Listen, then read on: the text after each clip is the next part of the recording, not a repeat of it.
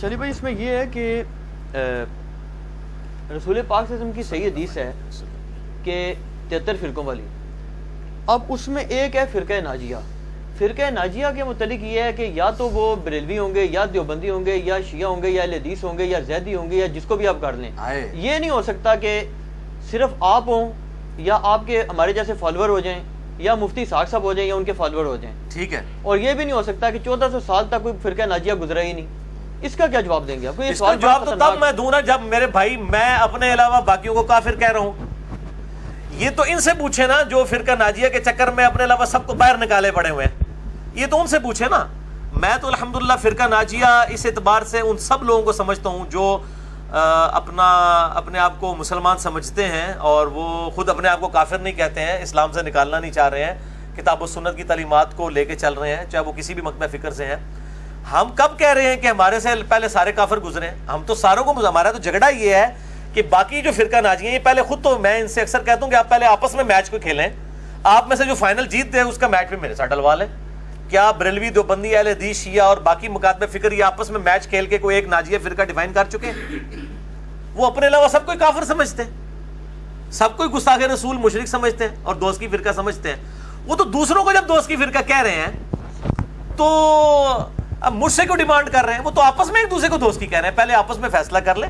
میں تو ان ساروں کو انشاءاللہ تعالی جنتی مانتا ہوں اس حوالے سے کہ ان میں جو جو صحیح لوگ ہیں انشاءاللہ جنت تک جائیں گے, اور جو جو لوگ فرقہ واریت پھیلا رہے ہیں انشاءاللہ تعالی ان کی پھینٹی لگے گی.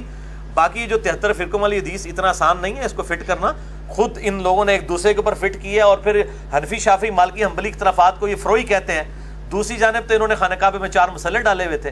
اگر یہ فروئی اختلافات تھے تو امام لادا کیوں تھے؟ ایک دوسرے کے پیچھے نماز کیوں نہیں پڑھتے تھے اگر سنی مانتے تھے سب آپس میں؟ تو یہ 4 انہوں نے اماموں کے نام کے اوپر مسلے کیوں کھڑے کیے ہوئے تھے؟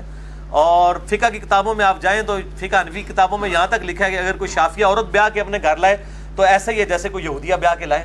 فتاوی الامگیریہ کے اندر, باقی کتابوں کے اندر یہ ریفرنسز موجود ہیں. تو یہ بات ہی کرتے ہیں صرف, باقی ایک دوسرے کو پکا گناہ سمجھتے ہیں. یہ تو آپ نے میری بات کی پھر تصدیق کر دی نا. ان کا تو موقف ہے بالکل کلیئر. مثلا ان کا موقف یہ جی ہمارا یہ گروہ ہے, یہ ہمارے علماء ہیں, ہم حق پر ہیں, ہم فرقہ ناجی ہیں, باقی سارے جنمی ہیں. آپ کا وہ حساب ہے کہ وہ ہمیں کہتے ہیں جی کہ ادھر کی اینٹ ادھر کا روڑا, بان متی نے کنبا جوڑا, کہ جناب یہ شیعوں سے لے لیا, یہ دیوبندیوں سے لے لیا, یہ بریلویوں سے لے لیا. وہ کہتے ہیں یہ فکر کبھی دنیا میں رہی ہے آج تک؟ جی بریلوی, دیوبندی, اہل حدیث, شیعہ سے ہم نے کب کوئی چیز لی ہے؟ ہم تو اہل سنت کی مین سٹریم کی کتابوں سے چیزیں لے رہے ہیں. اگر امام بخاری, امام مسلم کی کتابوں سے ہم کو ریفرنس آپ کو پیش کرتے ہیں تو یہ اگر آپ اس روڑے کو آپ سمجھتے ہیں کہ یہ کوئی رانگ نمبر ہے تو آپ امام بخاری, امام مسلم کو رانگ نمبر کہیں نا, مجھے تو نہ کہیں. ہم تو اسی لیے کہتے ہیں پھر یہ ٹنی ہے. انہوں نے اپنی اپنی مطلب کی بخاری مسلم لی ہوئی تھی, ہم نے ساری کمبائنڈ فارم میں ایک جگہ کر دی. اگر میری کوئی ذاتی کتاب ہوتی, میں اپنی سند کو پہنچا رہا ہوتا نبی علیہ السلام تک, تو آپ ضرور اعتراض کرتے. میں تو ہمیشہ بخاری مسلم کے ریفرنسز دے رہا ہوں. اب آپ اپنے بزرگوں کو روئیں جنہوں نے آپ کو ادھورا دین دیا تھا, آدھی باتیں بتائی تھیں آپ کو بخاری مسلم سے, آدھی باتیں چھوڑ دی ہوئی تھی, میں نے وہ ساری لا کے پبلک کے سامنے رکھ دی ہیں. اصل سننی ہے میں, وہاں تھوڑے تے بزرگ بھی ٹنی تے تسی بھی ٹنی, پھر تو میں ہی کہوں گا نا.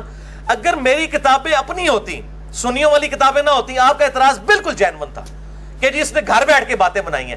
اگر بخاری مسلم میں انٹرنیشنل نمبرنگ میرے علاوہ کوئی بندہ نہیں بتاتا کہ آپ کاؤنٹر چیک کر سکیں, کوڑ مار کے ٹوٹ جاندے ہیں ویڈیو دے اندر. میں انٹرنیشنل نمبرنگ بتاتا ہوں, لوگ کاؤنٹر چیک کرتے ہیں اور وہ نکلتی ہے.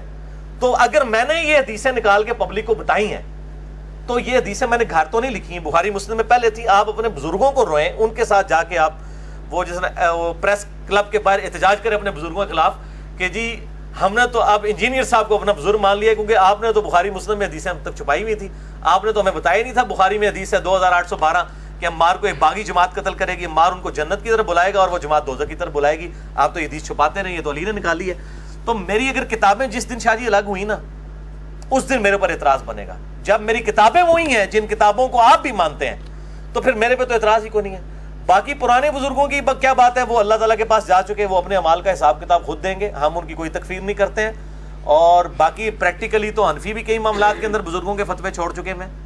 مدینہ کو کیا امام حنیفہ رحمہ اللہ حرم مانتے تھے؟ نہیں مانتے تھے. ابھی شوال کے 6 روزوں کے اوپر بھی میرا انشاءاللہ لیکچر آئے گا. تمام فقہ حنفی کتابوں میں تواتر سے نقل ہوا ہے کہ امام شافعی, امام ابو حنیفہ رحمہ اللہ تعالیٰ ان کو 6 روزوں کو مکروہ سمجھتے تھے. امام مالک بھی, امام مالک کی تو الموطا امام مالک میں لکھا ہوا ہے, لیکن آج ہمارے پاس حدیثیں موجود ہیں تو یہ اختلاف رائے کرتے ہیں نا. مفقود الشعور جو ہے مفقود الشوہر عورت جس کا شوہر گم جائے، ایسی عورت وہ 4 سال تک انتظار کرے گی. امام مالک کا فتویٰ ہے، امام حنیفہ کا فتویٰ ہے کہ 90 سال تک انتظار کرے گی، یا اس کے خامند کے ہم عمر سارے لوگ فوت ہو جائیں. تو کیا حنفی 90 سال والا فتویٰ یہ اپنی پبلک کو بتا سکتے ہیں؟ فتویٰ تو امام مالک کے فتوے کے اوپر دے رہے ہیں. تو یہ ادھر کی اینٹ ادھر کا روڑا تو یہ خود بھی لگا رہے ہیں. ہم تو دلائل کے اوپر بات کرتے ہیں. پہلے سب سے پہلے ہمارے عقائد بتائیں کہ ہمارا کون سا عقیدہ کتاب و سنت کے خلاف ہے. کتاب و سنت کے، بزرگ بابوں کے نہیں، ان کا ہم کوئی ذمہ دار نہیں. کیوں؟ یہ آپس میں بھی ایک دوسروں کے بزرگوں کو نہیں مانتے. امام ابو حنیفہ رحمہ اللہ تعالیٰ کا نام تحقیر کے ساتھ لیا کرتے تھے احمد بن حنبل. ایلو لے جو میرے کو ریکارڈنگ کرنا سنیے سر. مسند احمد میں موجود ہے، اپنے بیٹے سے حدیث بیان کر رہے ہیں اور کہتے ہیں وہ ابو فلانا کہتا تھا. ابو حنیفہ بھی نام نہیں لیا.